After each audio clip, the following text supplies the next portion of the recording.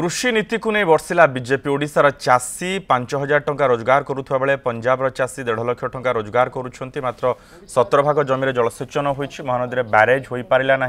आलू मिशन प्याज mission fail सामाजिक सम्मेलन में एभली अभियोग कर बीजेपी कही नकली चाषी द्वारा कोटी कोटी टंका हेरफेर हो धान और अन्य फसल गुड़िकर सर्वनिम्न सहायक मूल्य चाषी पाऊना धान किणार 1 लाख कोटी टंकार दुर्नीति होती अभियोग कर बीजेपी ओडिशा सरकार को आसिले चाषी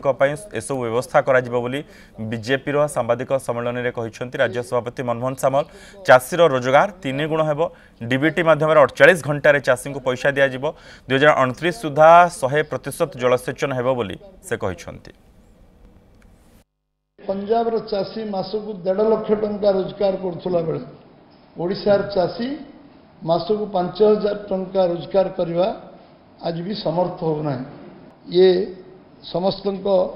प्रणिधान चिंताजनक विषय जहाँ कौ जगार अच्छा आम जलसेचन अवस्था कहले न सर आम 17 भाग जमी जलसेचन व्यवस्था अच्छु एवं जलसेचन व्यवस्था को अग्राधिकार देवु एवं 100% इरिगेशन 2029 करूँ जोटा 75 वर्ष भितर 17% जमी जलसेचन बढ़े 100% करूँ एवं कोल्ड स्टोरेज प्रति ब्लॉक रे गोटे मिनिमम गोटे कोल्ड स्टोरेज आम करूँ